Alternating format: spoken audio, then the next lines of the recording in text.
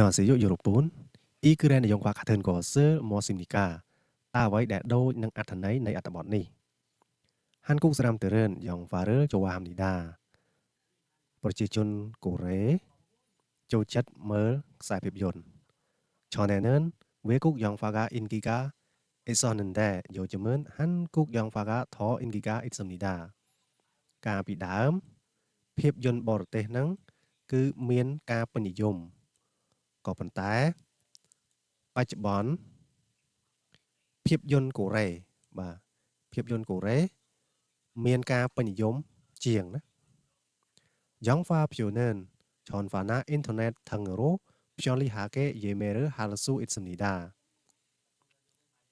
បាទសម្បត្តិភាពយន្តហ្នឹងគឺយើងអាចក៏ដោយភាពងាយស្រួលណាឬក៏មានភាពងាយស្រួលតាមរយៈទូរស័ព្ទឬក៏អ៊ីនធឺណិតណា 영화를 볼 때는 팝콘이나 음료수를 같이 먹으면서 보는 사람들이 많습니다. នៅពេលមើលខ្សែភាពយន្តហ្នឹង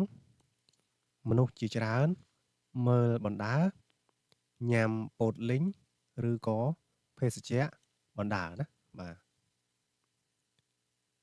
요즘엔 극장에서 뿐 아니라 TV나 DVD 방에서 영화를 보는 사람들도 많습니다. បាទសពថ្ងៃហ្នឹង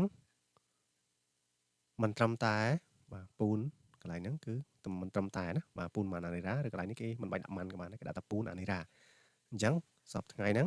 ម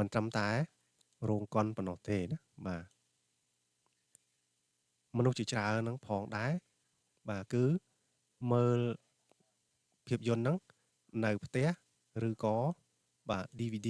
ប៉ាំងណាបាទបន្ទប់ DVD ណាបាទ 그러나 저는 역시 영화는 극장에서 큰 영화로 보면서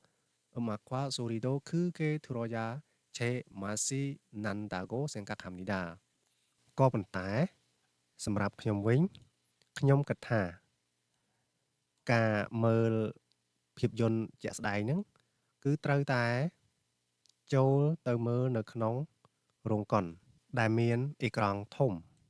ហើយស្ដាប់តន្ត្រីនិងឮសំឡេងដ៏ខ្លាំងណា ឆេ ម៉ាត់ស៊ី ណាន់ដា បាទអញ្ចឹងគឺមានជាតិអញ្ចឹងមានជាតិកន្លែងនេះបើយើងមើលកនគឺជក់ចិត្តណាបាទអញ្ចឹងមានថាឮសំឡេងខ្លាំងហើយជក់ចិត្តបាទអញ្ចឹងជាមួយថាលើ 일본 인터넷으로 영화표를 예매할 수 있습니다. បាទអញ្ចឹងយើងអាចកក់សម្បត្តិភាពយន្តហ្នឹងតាមរយៈ